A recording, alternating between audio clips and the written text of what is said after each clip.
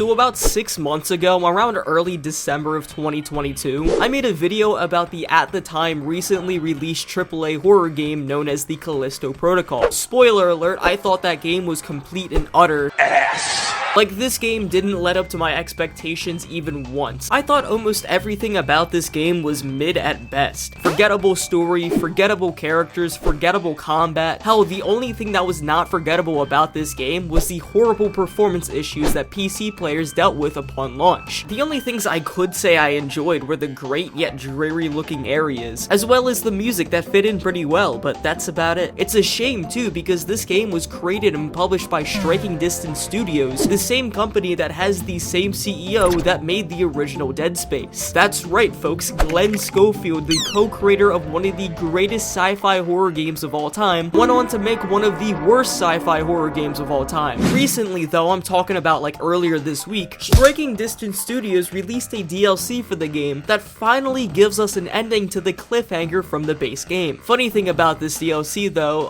I didn't even know that this was gonna be a thing until I saw Mischief discuss his video on the game, so go check it out, his link is in the description. Anyways, even though I'm not a fan of the base game, I'm actually excited enough to give this DLC a try. I mean, just looking at this concept art and this new enemy, this expansion looks at least better than the base game. And with the performance issues, I mean, is that really gonna be a problem again? The studio now knows the problem, which was the shaders, so there's really no chance that they could fuck it up once more and release another broken game. I mean, hell, they delayed the release of the DLC 2 extra days for Xbox and PC users just so optimization isn't an issue like how it once was.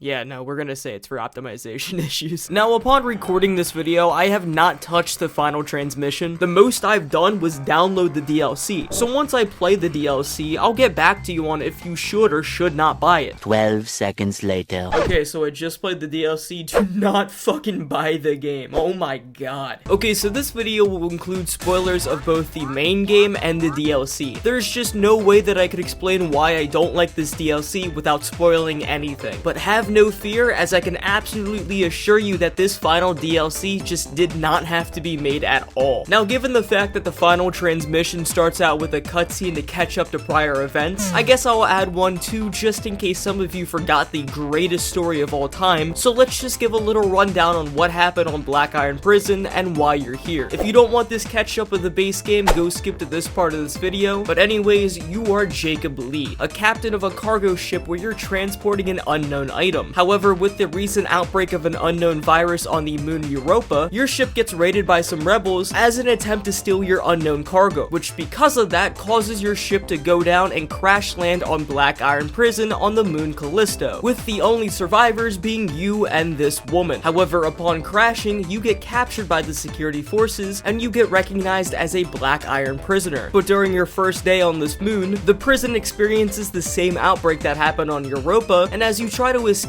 you meet up with a fellow prisoner who is shown in like 3 total scenes and then dies by your rival, who is also shown in like 3 total scenes and then dies. So meeting up with the woman who attacked your ship in the beginning of the game, now named Danny Nakamura, you figure out that the unknown cargo was the virus all along, and that the warden of the prison, Warden Cole, wanted an outbreak to happen for the extremely cliche reasoning of that he wants to evolve the human race.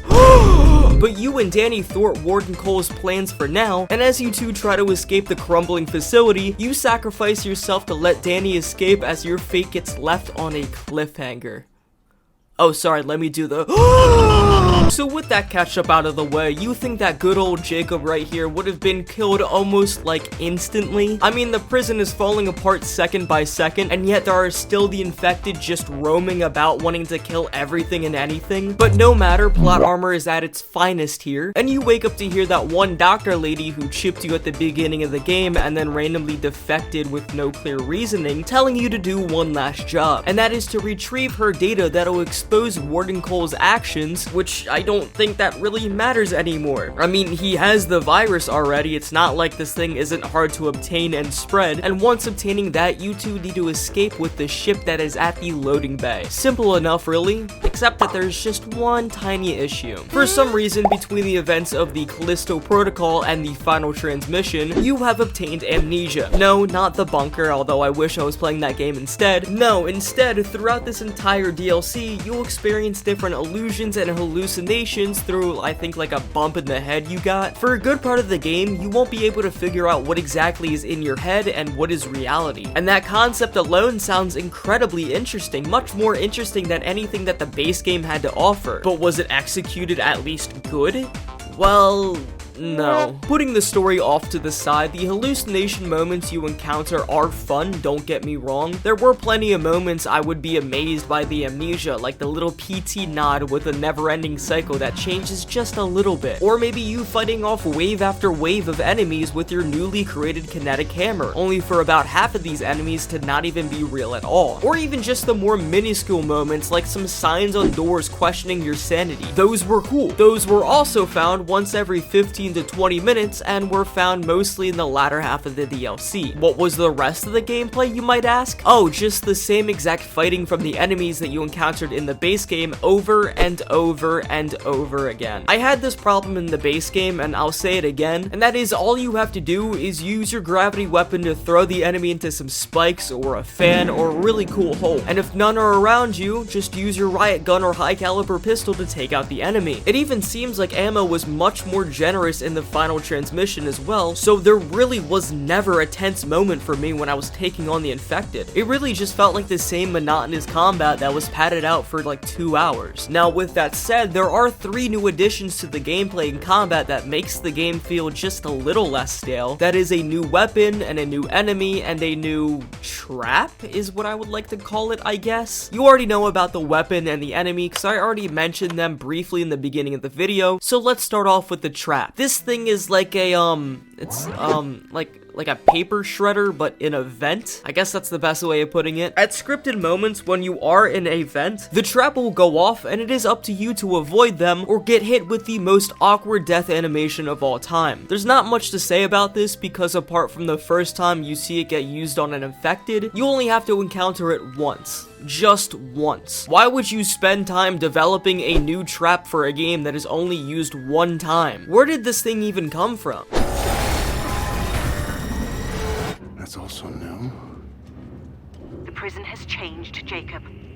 Don't let your guard down for a moment. Oh, I didn't know that we were playing Monster House and the prison was alive enough to do that. Next, you have the enemy, which is an infected robot. This thing looks so fucking badass, hands down the best looking infected this game has to offer. The problem is that the robot only has 2 attacks for its moveset, which is incredibly dodgeable. The first attack is the robot just swinging its arms around hoping for it to hit you, and the other attack is it hitting off like an EMP charge. I don't know what it does, why it does it, or how it does that, but with that said, it is the easiest thing to avoid ever. What's weird about these robots is that initially they were ginormous bullet sponges. It took so many hits and so many shots for just one robot to go down, but that's not even gonna be a major complaint from me, as you can quite literally stun lock the enemy by just shooting it in its vulnerable spot. Top tier combat here, folks. Lastly, you get a new weapon, which is the kinetic hammer. This melee weapon is given to you after your baton breaks about halfway through the game. And this weapon is basically like Thor's hammer. This thing fucks, bro. This weapon will one-tap any regular infected enemy, will be so much more effective against infected robots, and has an area attack that stuns enemies. This hammer is good. Good job, Striking Distance Studios. You listened to the complaints about the ineffective stun baton, and you created a slightly overpowered hammer. So with that said, the gameplay from the DLC did not feel like a significant enough improvement compared to the first game. Yes, I like new weapons and I do like new enemies, and the hallucinations were very fun to experience. But the other half of the game was just obvious filler. Now going back to the story, let's talk about the 2 characters within the DLC, you and Dr. Mahler. Jacob has, of course, amnesia. He doesn't say anything other than, huh?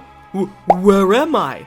What happened here? What's going on? And that gets very bland. And even though you yourself have amnesia, Dr. Mahler has the same illness that every other side character within the Midlisto Protocol has, the one-note syndrome. The only thing that she tells you is that she was once a bad person like Warden Cole, and that also... Get moving! We have to hurry.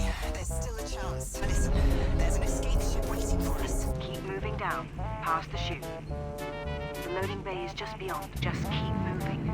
Keep fighting. Look for a way out. Quick! Quickly, be on your guard. And keep fighting. Keep moving down. You're nearing the loading bay. Quickly, Jacob. We're running out of time. Keep moving through to reach the loading bay. You'll need a replacement to reach the loading bay. Find the data drives. Reach the ship. Thank you, Caitlin. I didn't know I needed to leave on the ship. She does something cool at the very end of the game, and this is like the endgame spoilers, the biggest spoilers throughout the entire video. And this also seems like the part where everyone is the most unhappy, or at the very least is questioning the future of the Callisto Protocol. And that is, before you reach the ship, you need to open up a hatch beneath you by using 3 different fuses that you find in adjacent rooms. The first 2 rooms are easy enough, with of course Mahler still begging you to get onto the ship. Please, Mahler, shut the fuck up. But then when you go to the right room, this happens. Jacob! What are you doing here? The ship's close. We just have to reach the loading bay. Watch out!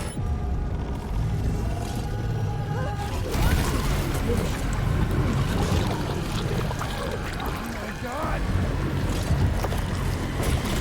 Okay, Mahler, please don't shut up. Are you okay? Why is she there? Where did the robot come from? And what happened to her are all questions that just pop up out of the blue and are left unanswered. This plays more into the illusion of amnesia, where you don't know if this is in fact real or not, and I absolutely love that. I still think that this feature alone is the best part of the entire game, but because of that, 2 things happen. 1, you fight the infected Caitlin Mahler. This is the final boss fight, and to me was incredibly not fun. I don't know if this was just because I was underpowered, as I didn't find an assault rifle and I didn't want to use the skunk gun. I don't know if this was because I was bad at the game, which I definitely am, don't get me wrong, but holy shit, this fight angered me. Infected Mahler has 2 different stages that she goes back and forth between. One where she fights melee and the other where she fights range. Her melee attacks are for the most part alright. She swings once, maybe twice if she's feeling a little spicy, and those are easy enough to avoid. But then she has a ground pound that can either do absolutely nothing to you or can kill you almost immediately. I still don't know how to evade her attack the right way. I know you can cancel her attack by hitting her, but even then that doesn't work on some occasions, and running away from her never worked for me, so I kinda ended up running around a pole waiting for her to attack, and then once she does, I'll come in with a few cheap shots, maybe throw something at her, bada bing bada boom, she's dead. Then there's the ranged attack, which is not fun either. I noticed that the support pillars within the arena have a comically large hitbox, as a lot of my shots were blocked off by, I think, what is just the hand of God. Oh, and she also has the chance of briefly stun locking you with her shot, so have fun evading that, buckaroo. Now, once beating her,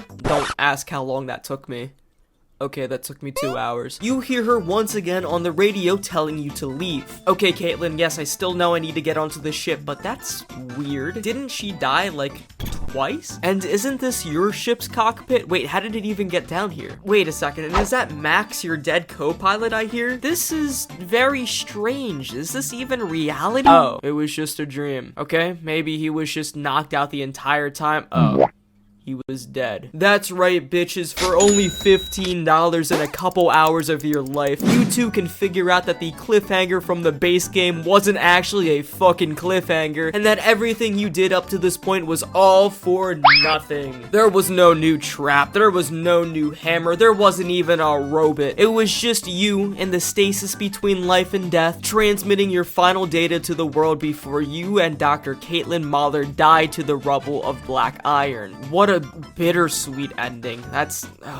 And that's the Callisto Protocol's final transmission. Is the death of Jacob the end of this IP? I mean, probably. Even after this DLC, who the hell would even want anything related to the Callisto Protocol? But wow, what a way to send off your game's protagonist that the player has been with for hours on end. You know, I kind of picture like the Striking Distance Studios executives in a room together asking one another what would be a good way to end off Jacob. And one person is like, oh, maybe we should go the route of the 2012 game The Walking Dead and have the passing of the torch and an optional mercy killing between the bonded characters that survived together in hell. How heartwarming would that be? And then there's another guy who's like, no, we should do it like Halo Reach's ending, where Noble Six is fighting off the Covenant until his very last breath as a heroic sacrifice. And then there's just like this one guy in the corner with like very cool shades on them, and he's like the veteran of the executives, but he goes on to say, you fools, what we should do is leave the player on a 6-month cliffhanger where we don't know if Jacob has died or not, but then sell a $15 add-on that is practically the same filler content with only 2 cutscenes. But this time it's more like the movie Inception, because Jacob died before the customer even finished putting in their debit card. And then they all laugh maniacally, and then they like collectively piss on a picture of Jacob that they have in their meeting room table.